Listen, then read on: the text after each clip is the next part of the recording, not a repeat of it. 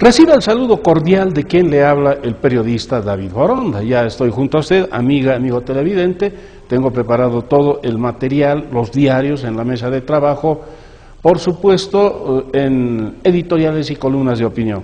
Comienzo, como es habitual, con el diario Bolivia, el diario estatal, que titula a su editorial "Pesada herencia", dice.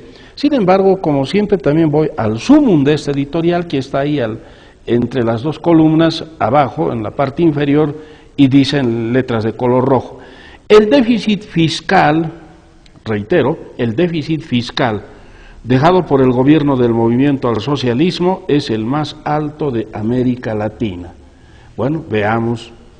La revolución que vivió Bolivia en octubre desterró a un gobernante y puso fin a una dictadura maquillada de indigenismo, cuando en realidad se trataba de un gobierno de dudosos rasgos por sus vinculaciones con el narcotráfico y adhesiones a liderazgos de cuestionado apego a la democracia. Es oportuno hacer un balance de la herencia que le toca al país para que los bolivianos tengan clara la situación, independientemente de las apasionadas lecturas que hacen los adeptos al anterior gobierno, dentro y fuera de Bolivia, en un intento de entender lo que realmente pasó en el país. Es cuando dice en este editorial el diario Bolivia: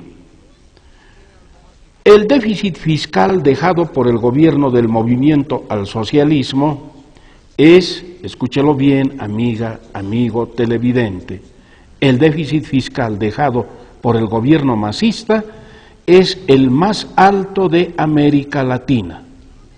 O sea, es más alto que en Chile, Perú, Paraguay, Brasil, en fin. Por otra parte, según los estudios de la Comisión Económica para América Latina y el Caribe, o sea, su sigla es CEPAL, entre 2014 y 2018 la pobreza extrema en Bolivia tuvo el más alto crecimiento a nivel regional, zona geográfica en la que 1 de cada 10 personas vive en la actualidad en condiciones extremadamente pobres, donde buena parte de los grupos desfavorecidos subsiste con un trabajo informal que a su vez les impide ahorrar para la jubilación, afrontar enfermedades o tener mínima estabilidad para cualquier planificación. ¿Lo ha escuchado? ¿Qué le parece? Este diario Hoy Bolivia, otrora Cambio, decía lo contrario y le daba duro contra los opositores y caramba, hacía hincapié y destacaba y alababa que se redujo la pobreza en estos años y que virtualmente ya un poco más y no hay ni un pobre en Bolivia, pero eran mentiras, porque ahora la CEPAL, este organismo internacional, Comisión Económica para América Latina y el Caribe, según el diario Bolivia, en su editorial de hoy, dice que entre 2014 hasta el 2018, la pobreza extrema en Bolivia, la pobreza extrema, imagínense, tuvo el más alto crecimiento a nivel regional. Bueno, 1 de cada 10 personas vive en la actualidad en condiciones extremadamente pobres. Y bueno, gran parte de toda esta gente, eso lo sabemos y eso no deja de ser cierto, apunte nuestro, vive con un trabajo informal. El trabajo que dicen subterráneo, el trabajo informal indudablemente, el trabajo mal pagado, el trabajo en el que lo contratan y le exigen no solamente las 8 horas de rigor, sino 10 horas, 12 horas, y le dan menos del salario mínimo nacional, y fuera de ello, lo más importante, no tiene AFP, no tiene seguro de salud. Así se vive en Bolivia, y no había caso de decir esto claramente, porque de inmediato le caían con todo los del gobierno anterior. Y continúa diciendo el editorial de Bolivia: entonces resulta que todo lo que se había ganado en los primeros años de gestión frente a la pobreza en Bolivia, gracias al boom de las materias primas, Apunte nuestro, recuerde que subieron de tal manera que benefició a todos los países latinoamericanos y le ingresó una millonada de plata, de dinero, llame como quiera, aquello ingresó a nuestro país. Y ahí está, dice, en los primeros años se pudo hacer realmente frente a la pobreza, pero de una manera decidida, y gracias al boom de las materias primas, pero no se lo hizo. Dice el diario Bolivia, se fue por la borda como efecto de la corrupción del régimen de Evo Morales. Apunte nuestro, también algo que no quieren entender aquellos guerrilleros, diremos, no, aquellos terroristas de las letras como el señor Grabois, que pretenden decir otra cosa y que no dejan de ser empleados de estas tendencias ya defenestradas en la mayor parte del mundo. El presupuesto de propaganda que manejó el MAS, dice este diario, entre 2006 hasta 2018, llegó a la suma, imagínese usted, amigo televidente, de 3.948 millones de dólares, el doble de lo que destinó este gobierno en ese mismo lapso a la educación o salud. Un tema por demás cuestionable que seguramente merecerá la evaluación correspondiente cuando las aguas estén más tranquilas y el gobierno resultante del proceso electoral del próximo año tenga no solo la palabra, sino también la responsabilidad de encarar el asunto. Y dice, en su primera conferencia de prensa, el ministro de Economía, José Luis Parada, dio unas cifras muy reveladoras sobre las inversiones hechas por el gobierno del expresidente Morales. Entre 2006 y 2018, o sea, hasta el pasado año, 2018, el MAS programó un gasto de 310.265 millones de dólares, mientras que en los 14 años anteriores, desde 1992 hasta 2005, el gasto previsto fue de 56.500 millones. Está claro que el gobierno del MAS tuvo 5,5 veces más recursos que los gobiernos de los 14 años anteriores, pero ese auge no provocó que la economía boliviana creciera más. ¿Qué pasó? ¿Qué sucedió? Diríamos como apunte nuestro, lo dilapidaron, se lo robaron, en fin, usted ya sabe. El ministro Parada dijo que el gobierno saliente destinó 1.500 millones de dólares para la planta de urea y amoníaco en Bulo Bulo, cuando podía haber hecho lo mismo en la frontera solamente con 150 millones. Al instalar la planta en el Chapare, aumentó 800 kilómetros a la distancia hasta la frontera con el país que iba a comprar la urea. Con inversiones de ese tipo, el MAS consiguió una hazaña incomprensible, que la economía creciera menos, cuando más dinero tenía Bolivia. Son los detalles que surgen conforme avanza la revisión de los datos encontrados por el gobierno de la presidenta Yanine Áñez. Pesada herencia la que recibió Bolivia, dice. ¿Usted qué piensa? Lo que se irá todavía revelando, descubriendo incluso, porque sepa que ocultaron, dicen muchos de los datos, papeles, pero bueno, se irá descubriendo irremediablemente. Tendrán que ir a las celdas, quienes lo hicieron, sí señor, dicen muchos. La caricatura del diario Bolivia, ahí está Bolivia, ahora está en blanco y negro, ya no está a color, y está Bolivia cargando un enorme pedrón que es la pobreza, herencia del gobierno anterior. Bolivia está sudando, ya no sabe qué hacer. ¿Es así? ¿Usted qué dice, amigo televidente? Vamos con el diario rápidamente, sí, el diario. Nos hemos extendido porque no dejaba de ser importante. Pedidos y exigencias al nuevo gobierno, dicen este martes 10 de diciembre el diario, y destaca que muchísimo de lo que actualmente hasta exigen al nuevo gobierno diversos poblados del país ha sido demandado al anterior gobierno sin haber logrado resultado alguno, no obstante ofrecimientos y promesas que hacían al unísono el presidente y su vicepresidente, hablando de Morales y Linguera. Pero parece que en el sentir de ambos había que prometer lo que sea, por demagogia, populismo y ambiciones de popularidad. En la mayoría de pueblos, poblaciones rurales, ciudades grandes y pequeñas, se ha creído que se cumpliría algo de lo prometido originalmente a inicios del año 2006. Se creyó que habría honestidad en las ofertas y honradez en su cumplimiento, pero muchas promesas resultaron falsas, dice el diario. Ahora con el nuevo gobierno surgen pedidos y exigencias para que, comillas, la Presidente ordene, decida hacer tal o cual obra, que ella, mujer y conocedora de los problemas, seguramente dará las órdenes del caso para que los pedidos se cumplan. Este es más o menos el panorama de creyentes que esperan hasta milagros del nuevo gobierno. Esperan que, comillas, todo lo prometido por Evo Morales y sus planes fantasiosos se hagan realidad. Y el diario enfatiza, el gobierno de la doctora Yanine Áñez lleva pocos días al mando de la nación. Su tiempo de permanencia en el poder será de pocos meses, o sea, hasta poco después de conocidos los resultados electorales. Creer que ella, en el corto tiempo de su mandato, pueda cumplir con lo que no se hizo en más de 13 años es absurdo y es contrario a toda norma y lógica, mucho más cuando las condiciones económico-financieras del país no son las mismas y por el contrario hay crisis económicas y la recuperación demandará mucho tiempo.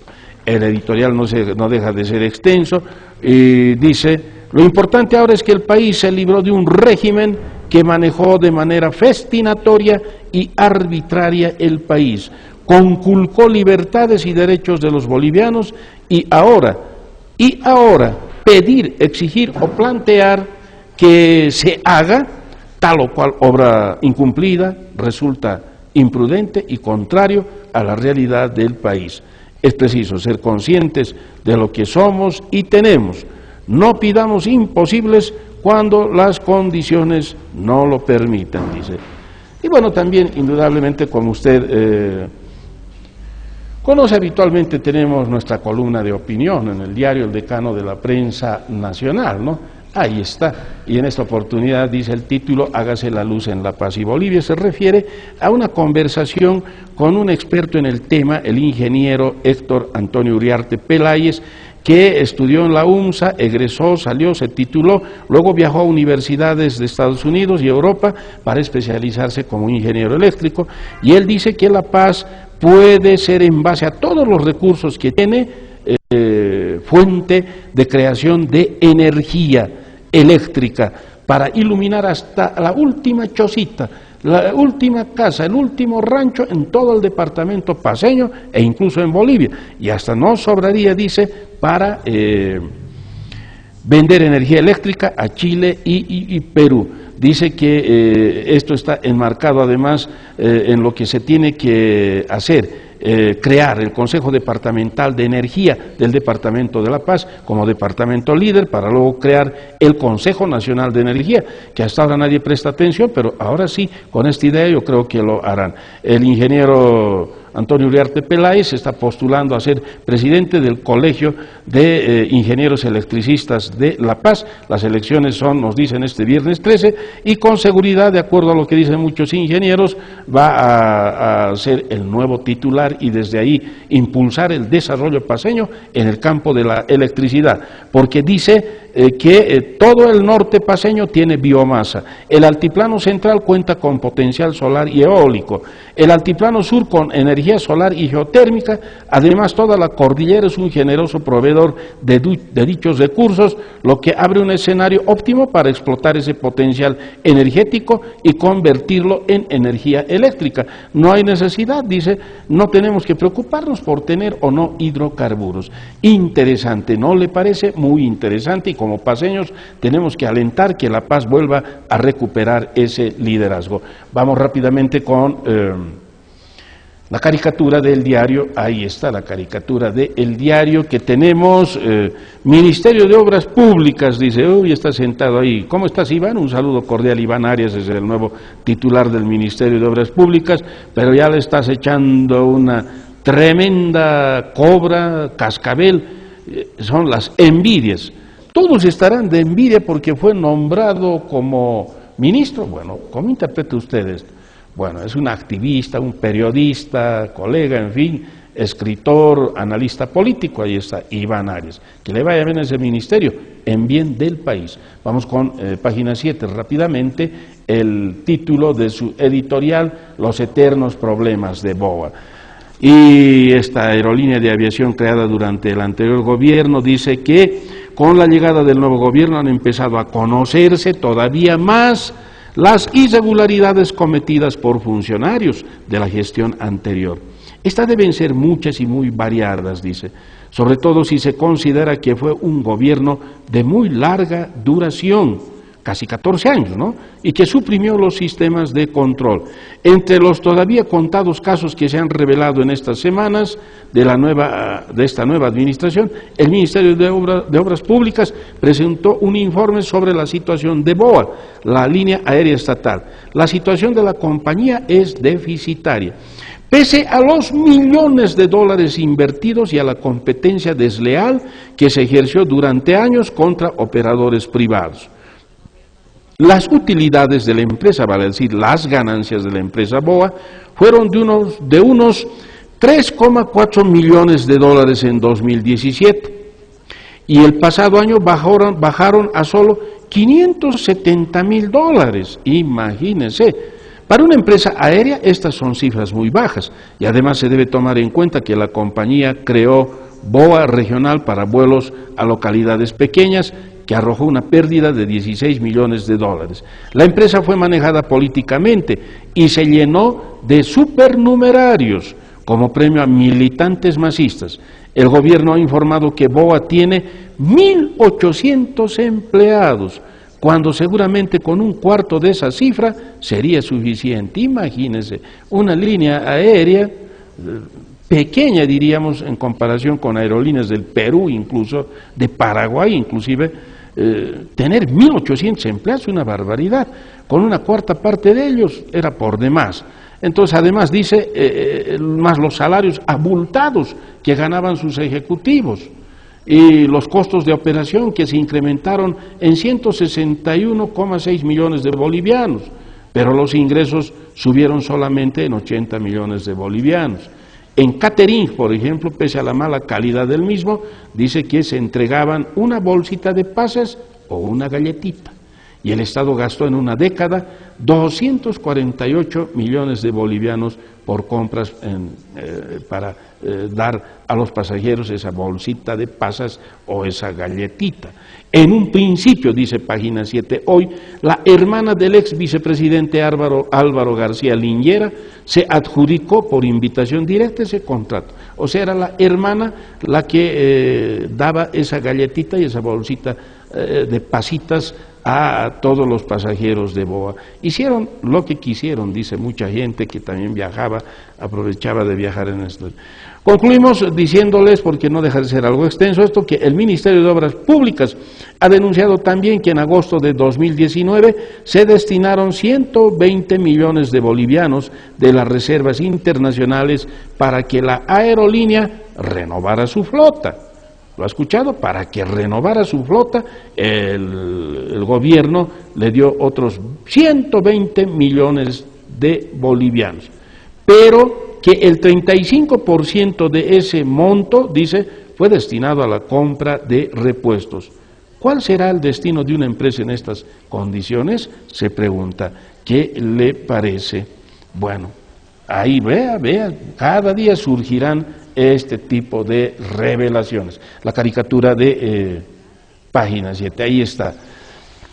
¿Qué se ve aquí? ¿Qué se ve? Están hablando, como hacíamos de pequeños, hablar por teléfono, decíamos dos latitas con una pitita o un cablecito, pero ni siquiera así se entiende porque está rota esa pita, esa soguita, y bueno, nadie se entiende. ¿Quiénes son? A ver, digamos, podrá ser Camacho, podrá ser Pumari. A ver, usted interprete, ¿qué le parece a usted? Vamos ahora rápidamente y finalmente diremos con el Alteño. El Alteño dice Bolivia hacia la polarización política y tiene como suma en letras más grandes, dice, si el resto de los partidos no presentan un buen candidato que sea capaz de vencer al MAS y Comunidad Ciudadana, las finales volverán a ser entre los dos. Ya lo anticipan, no son agoreros, no son adivinos y atiris, simplemente es una deducción lógica, me imagino, ¿no? Bueno, dice, tras el amargo desenlace de los cívicos José Luis Camacho y Marco Pumari, todo hace entrever que Bolivia avanza nuevamente hacia una polarización política, donde los protagonistas serán los candidatos de Comunidad Ciudadana y el movimiento al socialismo. La tarde del 10 de noviembre, José Luis Camacho y Marco Pumari levantaron como su máximo trofeo la caída del presidente Evo Morales, quien renunció al cargo cercado por una serie de conflictos y el peso del fraude electoral que dio a conocer la Organización de Estados Americanos, la madrugada de ese día.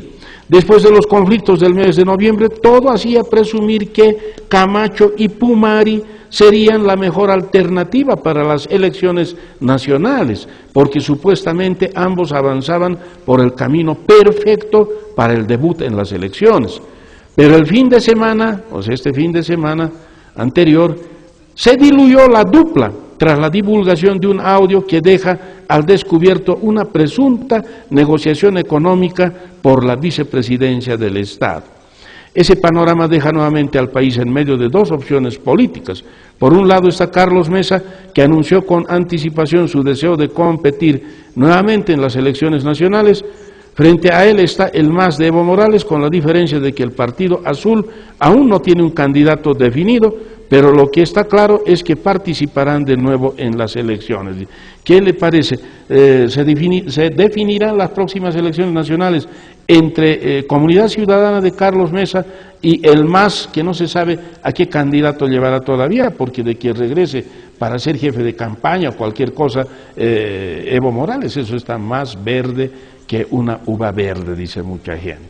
Pues bien, en fin, Camacho y Pumari dicen que se hundieron. ¿Cómo puede ser que hagan aquello? La gente critica, ustedes escuchan el transporte público, en los centros de abasto, en fin, y critican aquello y dejan caer su desesperanza, dejan salir su pérdida de confianza ya en estos cívicos. Bueno, vamos ahora a la caricatura de El Alteño, ahí está. Bueno, están los dos pequeñitos, pero hay una nota de prensa que dice 1% de los niños lo componen los genios, inteligentes y superdotados que resaltan en las escuelas y que estarían destinados al éxito. Esta noticia se publicó hace algunos días. Pero dice, un 99% de los niños está en manos de los educadores que no pueden cambiar los genes, pero sí pueden crear oportunidades de éxito. Y está leyendo el periódico El pequeño hijo de Avernoy con un pequeñito, y le dice a otro pequeñito, aquí dice que no te pueden cambiar los genes, pero que sí te pueden crear oportunidades de éxito. Hay que aprovecharlas, ¿no? Le dice. El otro pequeñito le dice, ¿y tú qué propones? Dice.